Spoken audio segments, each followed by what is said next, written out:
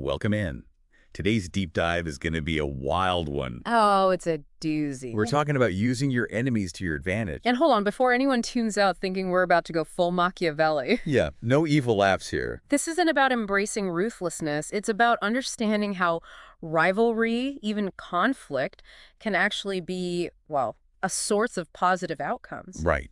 It's all about strategy. Absolutely. And our main source, this book on strategy and power we're diving into, it kicks off with a story. Oh, a good one. So wild that you'll be taking notes. You might want to grab a notepad. It's about Michael III of Byzantium. And let's just say, trusting the wrong friend, big mistake. Huge. So set the stage for us. Okay, so Michael's story, it perfectly illustrates how gratitude... Powerful emotion, right? Oh, incredibly powerful.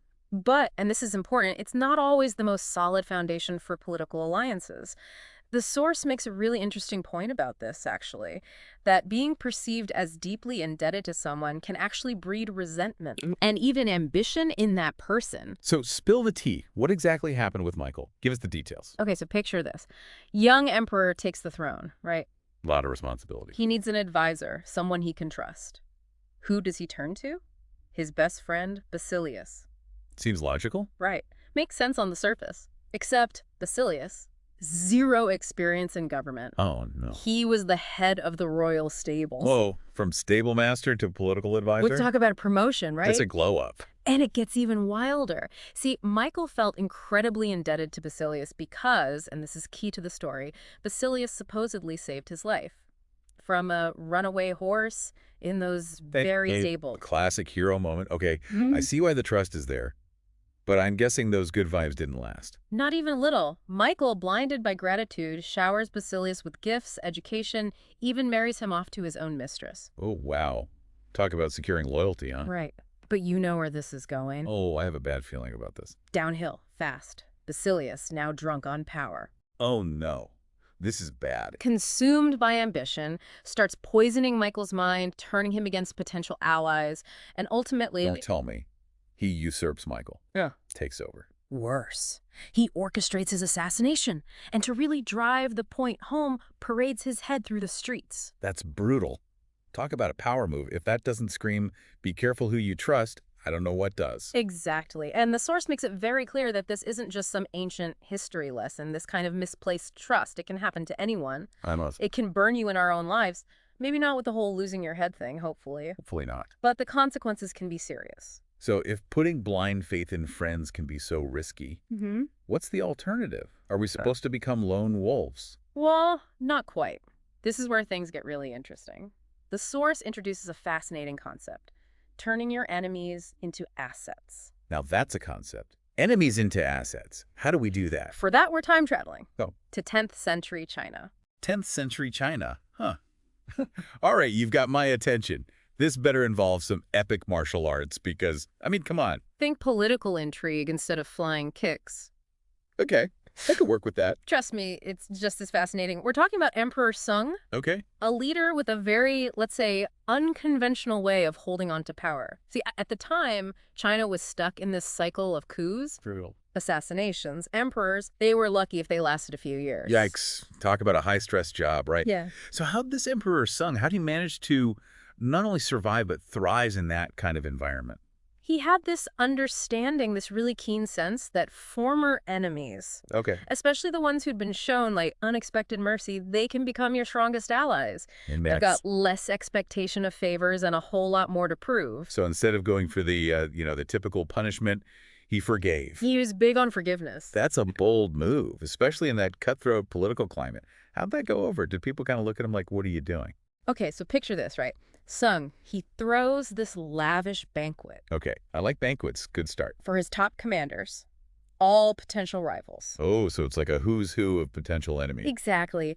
And then, get this, he sends away all the guards. Wait, hold on. Stop the story right there. Oh, yeah. Can you imagine the tension in that room? Thick with it. Oh, my gosh. I'd be sweating through my silk robes, like wondering if the spring rolls were poisoned. Right. But Sung, he uses this moment. It's a total power play. He addresses his commanders. He acknowledges their ambitions, even hints that he knows they're probably plotting against him. Bold move. Ballsy. But instead of punishing them, he offers a deal. Oh, here we go. Lay it on me. What's the deal? He says, relinquish your military commands, and in exchange, enjoy a life of luxury, wealth, ease. Whoa, that's quite an offer. Talk about a mic drop moment. Did anyone call his bluff? Nope. They were stunned. Relieved, probably. Happy not to be executed. They jumped at the deal. Sung, he neutralized those threats by turning them into grateful beneficiaries. That's incredible. It's like that saying, keep your friends close and your enemies closer. But with this genius twist, right. he used generosity, not manipulation, to disarm his opponents. Exactly. And the source points out this wasn't just a one-time thing. He did this with other rivals. Like, there was this King Lin of the Southern Han. Okay, I've heard of this guy. He'd been a real thorn in Sung's side for years. But Sung forgives him, gives him a position at court, even shares a drink with him. You know, just to prove it wasn't poisoned or anything. Smart. I like this guy, Emperor Sung. Okay, I have to ask, though, how does this apply to us in the 21st century? Like, I'm not exactly maneuvering against rival warlords. Well, you might not be ruling an empire. Unless you count my apartment as an empire. Which, some days, it feels like it. But think about it. We face competition, rivalry every day. True. In our careers, our personal lives, even online. Oh, tell me about it. The internet is basically one giant rivalry, sometimes. But are you saying there's, like, a bigger lesson here that goes beyond just, ancient history? Totally. This isn't just about emperors and dynasties and all that. It's about understanding that conflict. It can be an opportunity. In fact, our source actually connects this idea to a much more recent figure, Mao Zedong. Hold on. Mao Zedong. As in the Mao Zedong, the communist revolutionary. The one and only. Okay, this is blowing my mind. Continue. Now, while his ideology might be worlds away from Emperor Sung's, That's an understatement. he shared a similar understanding of conflict Right. as a catalyst for growth. Okay, now that's a connection I did not see coming. No. All right, tell me more about this surprising link. How does Mao Zedong fit into all of this? So, okay, Mao Zedong, Emperor Sung, conflict. Connect the dots for me here. Well, the source says that Mao, in his own way, he believed that conflict, it could be this crucible for progress. He thought it forced his followers, to stay sharp, constantly having to refine their ideology, their strategies against a common enemy. Right, right. Yep. So it's like that saying, iron sharpens iron. Oh. You need that opposing force to really test yourself, see what you're made of. Exactly. And it gets you thinking, how does this apply beyond just politics, right? Like, think about the business world. Oh, yeah, for sure. A competitor, they can push you to innovate, create better products. You have to up your game to keep up. It's like a constant game of chess. Yeah. You have to anticipate their moves, come up with your own strategy. And that's where the growth happens. So it's not about, like, going out looking for a fight. Right, no one wants that. But it's recognizing that those moments of friction, they can be huge opportunities. I'm starting to see it. It's a different way of looking at things, that's for sure. Definitely. But, the source does make it clear that there are times when, having that trusted friend in your corner, Yeah. it's invaluable. Okay, so it's not always about leveraging those rivalries.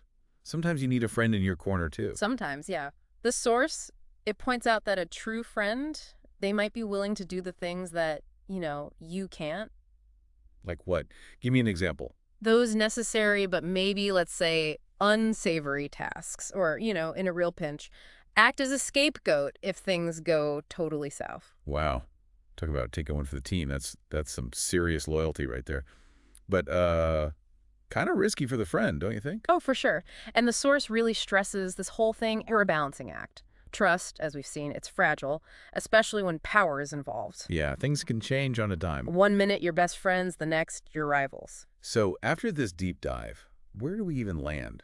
I'm not saying I'm going to start setting fruit baskets to my competitors or anything, No need for that. but this has definitely shifted my perspective. The big takeaway, I think, is that it's not about oversimplifying things. It's not about just picking fights or becoming some master manipulator. It's about recognizing those relationships in your life, whether they're, friendly, adversarial, or somewhere in between. They're never as simple as they seem. It's about reading between the lines, understanding what's really motivating people. And making those smart decisions strategically. Being strategic, that's the key. Wow, what a concept. This deep dive really has my head spinning in the best way possible. I'm definitely going to be thinking about this all week. Me too. It makes you see those relationships in a new light, doesn't it? For sure. It's like our source is saying, keep your enemies close, but also keep your friends closer. But maybe watch your back just a little. Always a good idea. Words to live by. Until next time, everyone, keep those thinking caps on.